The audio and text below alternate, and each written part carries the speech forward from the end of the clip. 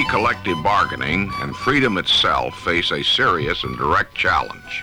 At this moment, Congress is considering several bills which would deny workers the right to strike and force them to work under conditions dictated by the government. Which side are you on? Which side are you on? Which side are you on? Which side are you on? COPE report for April 1972. 7 months to election.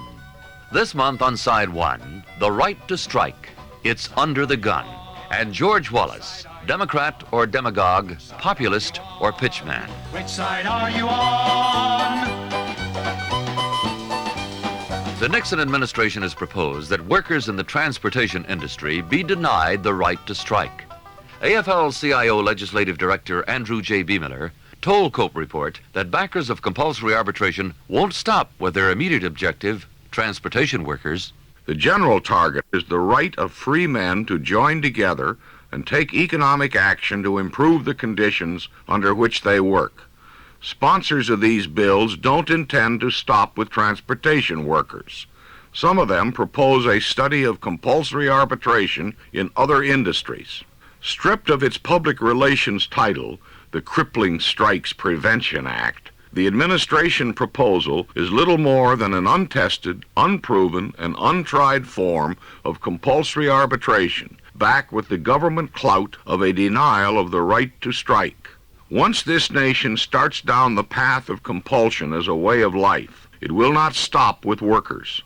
The history of every dictatorship proves that once a government is allowed to compel workers to labor against their will, it inevitably uses the weapon of compulsion against employers and ultimately against all citizens.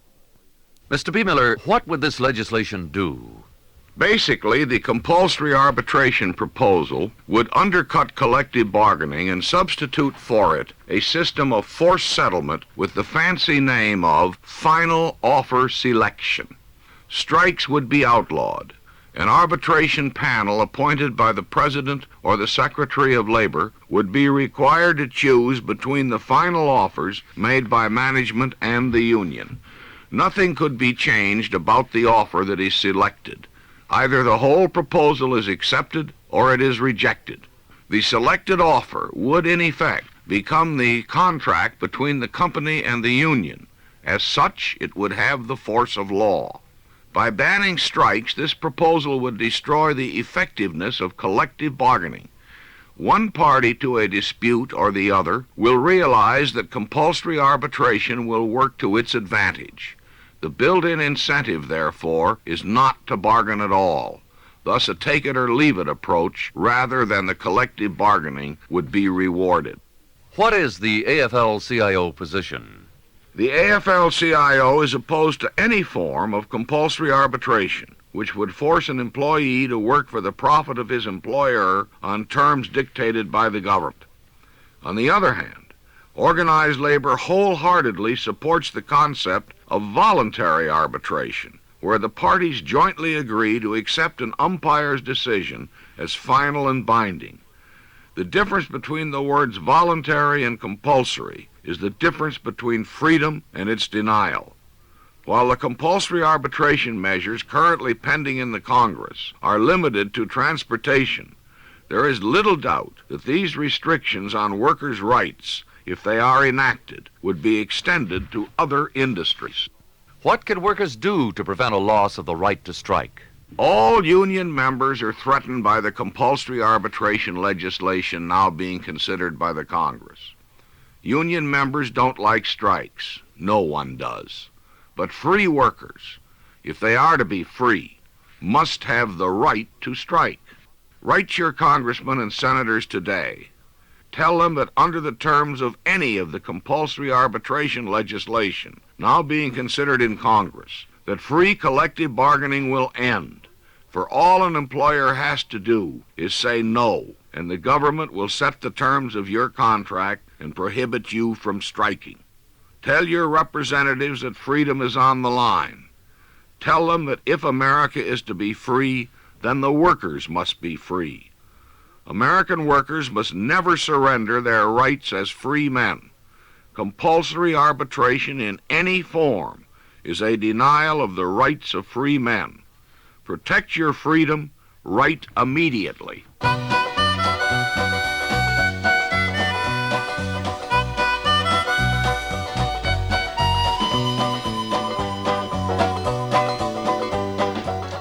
George Wallace, candidate for president, is making a strong appeal as the workers' friend. But who are Wallace's real friends? Cope Report asks Wes McCune, Director of Group Research, an independent private organization that studies the extremist movements in America. George Wallace couldn't be a genuine populist and have the ardent support of the John Birch Society and other radical right groups. There's just no way he could have it both ways.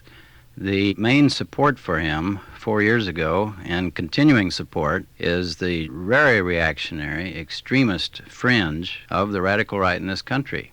A few years ago, he had also garden variety conservative support, but that's sort of going over towards John Ashbrook direction or anti-Nixon for the moment. Mr. McCune talked about Wallace's water carriers of the right.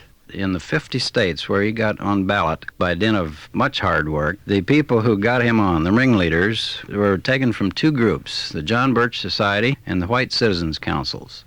And this was not just in the South. This went into many northern states as well. These were the people who carried the water and chopped the wood for him. They were behind the scenes for the most part, and the story of this never got the publicity it should have had. Wallace and the leaders of the right wing. What is their relationship, Mr. McCune? Well, beginning at the top, the man who founded the John Birch Society and is still its head, Robert Welch, is remembered best as the man who called General Dwight D. Eisenhower a dedicated, conscious tool of the communist conspiracy. He's sought many times to disassociate himself from that remark, but has been unable to. It is John Birch Society philosophy.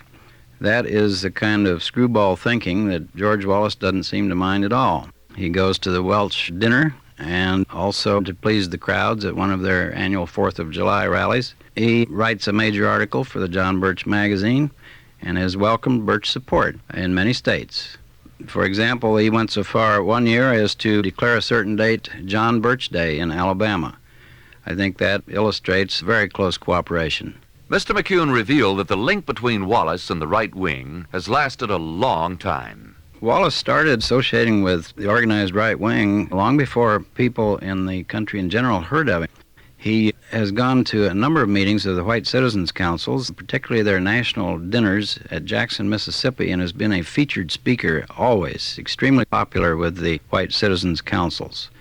And many of their leaders have in turn helped get him on the ballot and done campaign work for him. The White Citizens Council is closely linked with the John Birch Society through its editor and through some of its other speakers and staff. One of his speechwriters was even a Klansman, and he has had some Klansmen around him, not just the segregationists, but also some Negro haters and some Jew baiters have helped Wallace, particularly in California and in some other states.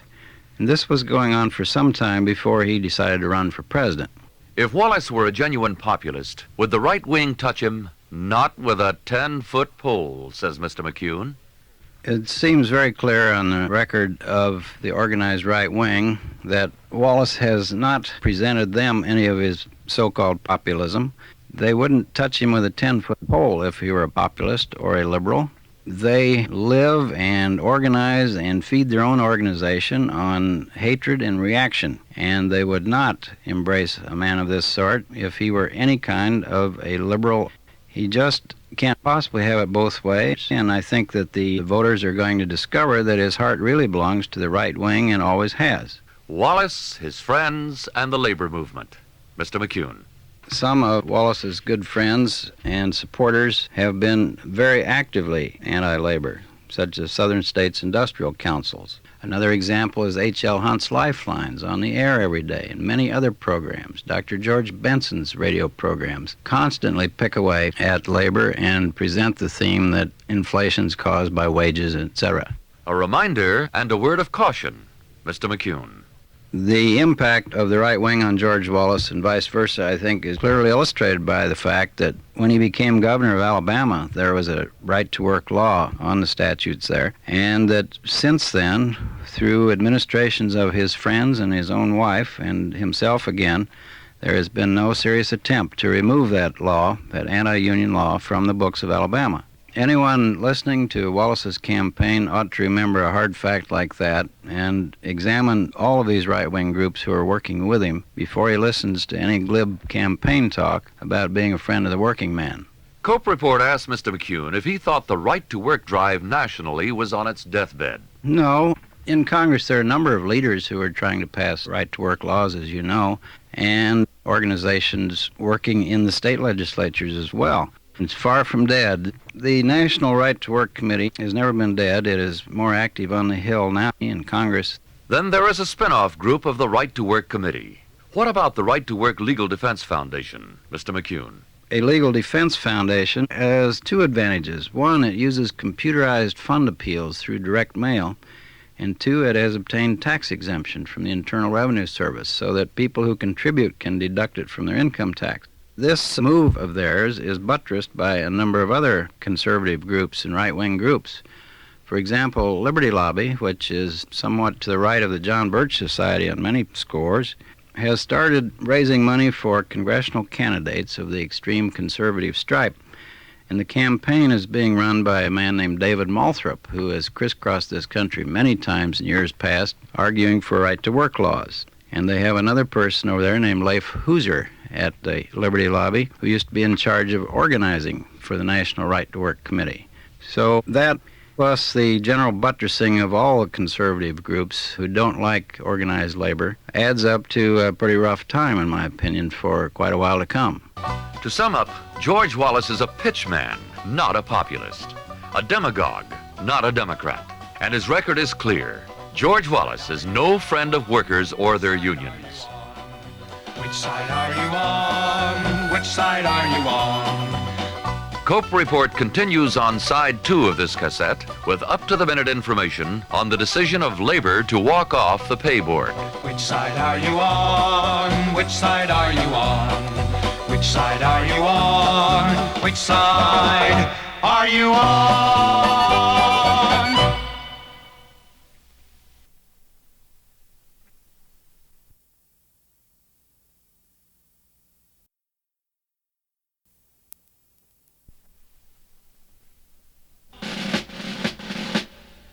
On November 18th, we reported to the AFL-CIO convention, and I quote, "There is little hope that economic justice can be achieved by this board, the majority of whom are guided by the dictates of the administration or the interests of big business.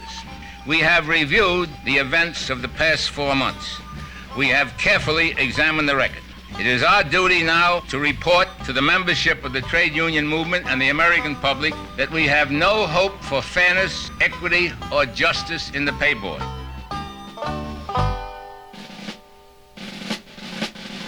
When the union's inspiration through the workers' blood shall run, there can be no power greater anywhere beneath the sun. For no force on earth is weaker than the feeble strength of one, but the union makes us strong. Cope Report for April 1972. 7 months to election. This month, the AFL-CIO Executive Council reports on the unfairness of the Nixon Pay Board.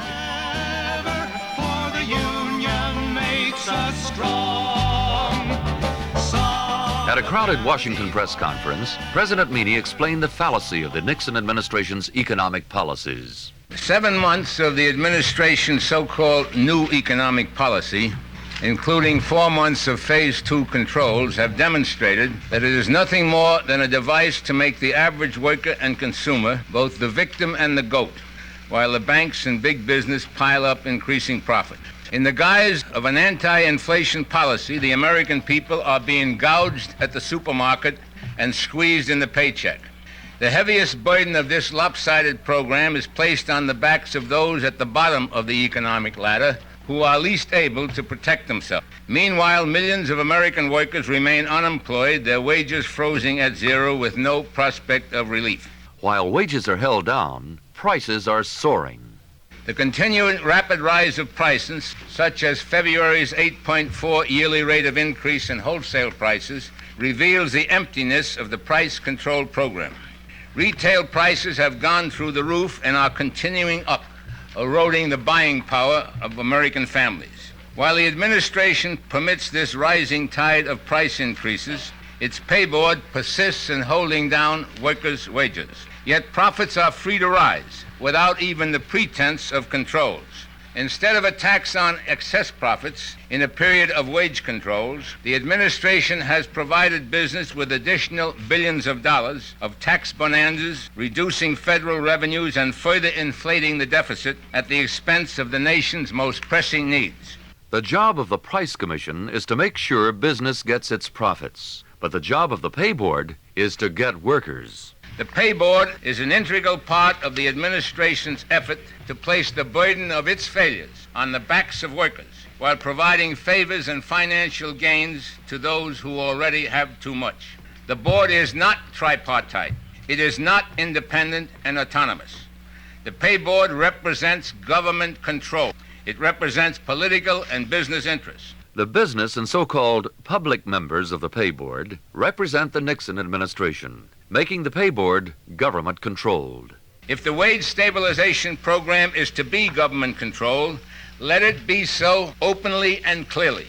Let the people who are exercising the power take the full responsibility for their decisions, without the facade of labor representation and the pretense of tripartitism. The AFL-CIO members, therefore, are immediately resigning from the pay board. We will not be part of the window dressing for this system of inequitable government control of wages for the benefit of business profit.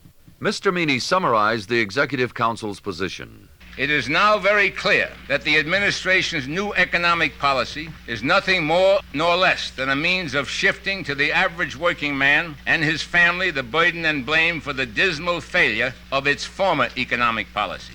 It is an effort at the expense of personal and institutional freedom in this country to avoid the measures resisted by big business and other selfish interests, such as constructive tax reform, most needed to correct the consequences of that failure. Having, as we do, a deep disbelief in and distrust of the aims and purposes of this administration's economic and social policies, we intend at the least to free representatives of the AFL-CIO from any grounds for the inference of complicity in the formulation or execution of those policies. A reporter asked, Isn't there a danger now, Mr. Meany, that the White House can point to you, the AFL-CIO, and say, you are the people who sabotaged? I'm quite sure that's what they're going to say. This is par for the course as far as they're concerned. They look for a scapegoat. But I wonder why it is that the press seems to ignore the fact that we had 2.5 years of a Nixon economic policy from February 1969 to August of 1971. And that no one has ever explained the failure of that policy, and no one has ever explained why they went to another policy. And I'd like to point out that beginning back in 1966, the AFL-CIO said time and again that we would accept controls in order to fight inflation on a voluntary basis, provided that those controls ran to all forms of income and that they were fair and equitable. The only thing that's really controlled here is wages. And as far as prices are concerned, if you think that prices are not going up, ask your wives. President Meany also testified at a hearing held by the Price Commission. He rejected the administration's charges that labor was sabotaging Phase 2. We participated in Phase 2 in good faith, desiring, despite our misgivings, to try and make it work. We tried. We didn't fail Phase 2, but we're completely convinced that Phase 2 has failed America. Phase 2 failed the poor. The labor members of the pay board met with solid opposition from the business and so-called public members when we sought to fulfill the intent of Congress and exempt from control the wages of the lowest paid workers. At the same time, the Cost of Living Council was exempting all used articles from price controls. And of course, it's the poor who buy used goods. Phase 2 also failed consumers. The AFL-CIO established a price monitoring program to help this commission check price increases. Instead of encouragement, we received from the chairman the statement that consumers had no way of telling if price increases were legitimate. From the administration's consumer advisor, the charge that we were trying to sabotage price controls by reporting suspected violations, and from the Internal Revenue Service, just nothing. No reply whatever concerning the suspected violations we reported. It failed low-wage workers. While the pay board was insisting over the objections of the labor members that wage increases for workers even in the smallest establishments must have specific approval if they exceeded the 5.5% guideline, the Cost of Living Council completely exempted the prices their employers charge. And this is the result. There is little doubt that Phase 2 is loaded against workers and consumers. 100% of a worker's paycheck is controlled. Wages are controlled by patriotic American employers who go along with the president, go along with the decisions of the pay board, and find it quite pleasant, I believe, to go along. 100% of the worker's paycheck is controlled, but 21% of the consumer price index, what a worker's paycheck must buy, is not controlled.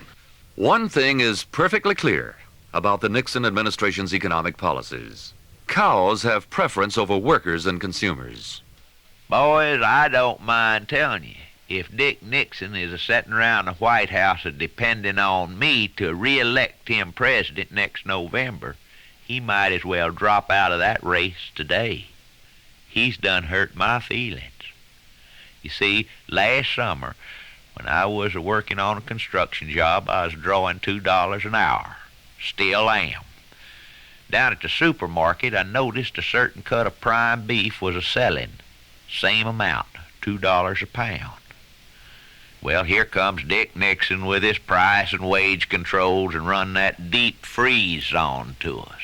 Frizz my wages and that beef at the same amount, $2 a pound. Now, 8 months later, my wages still froze $2. I go down to the supermarket and I notice that same cut of beef has gone up to $2.50.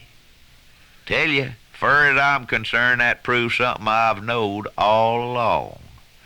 Dick Nixon thinks more of a cut of beef than he does of me, 25% more, which makes me think about 100% less of Dick Nixon. Solidarity forever. This has been Cope Report for April 1972. Next month, more up-to-the-minute reports on politics, the economy, legislation, issues of vital concern to trade union members and their families. Solidarity forever.